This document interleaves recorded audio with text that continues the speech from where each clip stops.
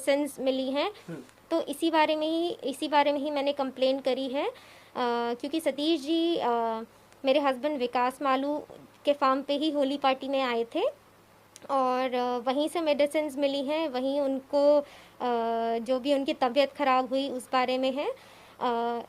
लेकिन इस बात से पहले कुछ टाइम पहले 2022 अगस्त में मेरे हस्बैंड और सतीश जी के बीच में कोई पैसों को लेके आर्ग्यूमेंट हुई थी और जिस आर्ग्यूमेंट में सतीश जी ने जो मेरे हस्बैंड विकास मालू को 15 करोड़ रुपए दिए हुए थे वो उनसे वापस मांग रहे थे क्योंकि उनको पैसों की ज़रूरत थी।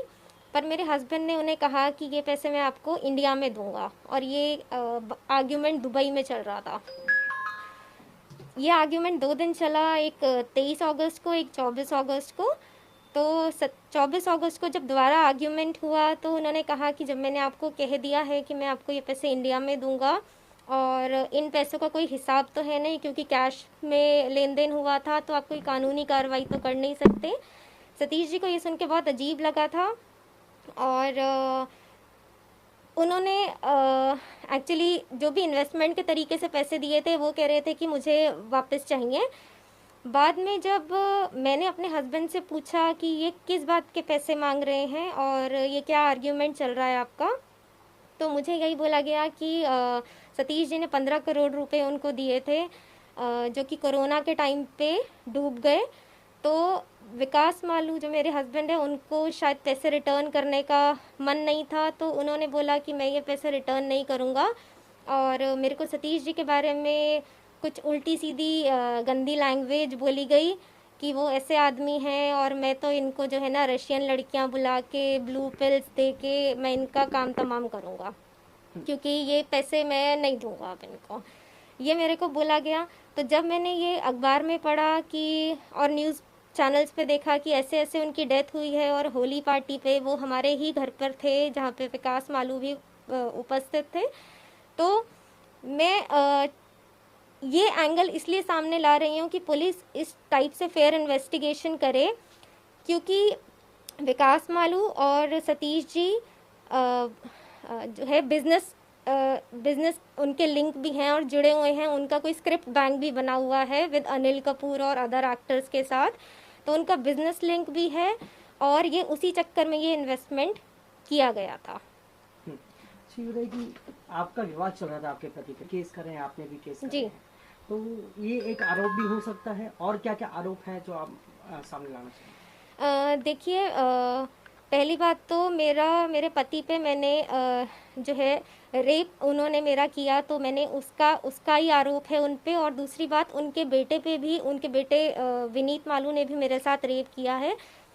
पहले जब मेरे पति ने रेप करके मेरे साथ ज़बरदस्ती शादी कर ली तो वो सहन कर लिया गया, पर जब उन्होंने घर में ये शुरू कर दिया कि अब उनके बेटे के साथ भी मेरे को सोना पड़ेगा, तो ये मेरे से बर्दाश्त नहीं हो पा रहा था।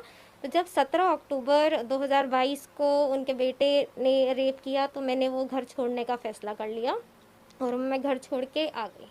आपके और उनके केस में अभी तक क्या क्या डेवलपमेंट्स आए हैं, क्या क्या चीज़ें हुई हैं? उनके एक्चुअली केस जब से हुआ तब से वो इंडिया आए ही नहीं थे, वो दुबई ही रह रहे थे, वो इन्वेस्टिगेशन में कोई सपोर्ट नहीं कर रहे थे। पर उनको जब कोर्ट का ऑर्डर मिला, उनका LOC उनका इशू किया गया, लुकआउट सर्कुलर, तो तब वो दुबई से इंडिया आए। उनका उन्होंने बेल के लिए अप्लाई किया बट उनकी बेल डिसमिस हो गई। लेकिन पुलिस वालों का फिर भी हमें कोई सपोर्ट नहीं रहा और पुलिस वालों ने उनको अरेस्ट नहीं किया और वो खुलेआम घूम रहे हैं और खुलेआम पार्टी कर रहे हैं। ये एक फ़ोटो है मेरे पास जिसमें सेम आर्ग्यूमेंट वाले डे की ही फ़ोटो है जब सतीश जी और विकास की आर्ग्यूमेंट हुई थी, जिसमें हम सब प्रेजेंट है। सतीश जी, मैं, विकास मालू, उनके विनीत मालू, हर्षिता मालू, साक्षी मालू, और एक प्रेजेंट है अनस। ये जो अनस है इनका बहुत रेगुलर हमारे घर पे आना जाना था दुबई में, और जो मुझे बताया गया है थ्रू विकास मालू ओनली कि ये दाऊद इब्राहिम के बेटे हैं। हमारे घर में एक मुस्तफ़ा उनका भी बहुत रेगुलर आना जाना था, जो कि मुझे विकास मालू द्वारा ही बताया गया था कि वो दाऊद इब्राहिम के राइट हैंड है। तो हमारे घर में इन लोगों का आना जाना था। अनस हमारे घर पे बहुत रेगुलर आता था और बहुत गिफ्ट्स लेके आता था। कोई करेंसी का इनका कुछ लिंक था, आपस में कोई ट्रांजैक्शन करते रहते थे उससे रिलेटेड। पर जो इनकी बाकी कॉन्वर्सेशंस होती थी वो बंद कमरे में होती थी।